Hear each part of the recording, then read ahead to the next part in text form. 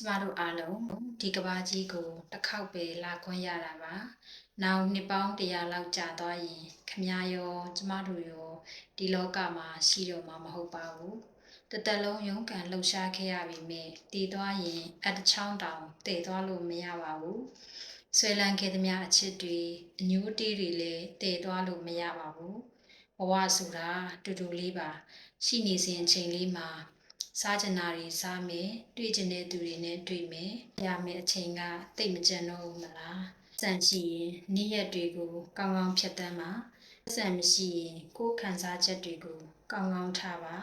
အချိန်တွေကုန်ဆုံးသွားတဲ့အခါကျမတို့အားလုံးကိုလက်လွတ်လိုက်ရမှာပါဘဝကိုအေးချမ်းအောင်နေပါကျန်းမာအောင်နေပါပျော်ပျော်ရွှင်ရွှင်ရေမောပါဘသူကိုမှမနာလိုမဖြစ်ပါနဲ့အပြစ်လည်းမတင်ပါနဲ့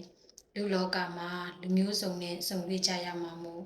လူကောင်းတွေကပျော်ရွှင်မှုတွေကိုပြီးတယ်လူဆိုးတွေကအတွေ့အကြုံတွေကိုပြီးတယ်အဆိုးဆုံးလူတွေကတော့သင်ခန်းစာတွေပဲပြီးတယ်ဆိုတာရေးမှတ်ထားပါ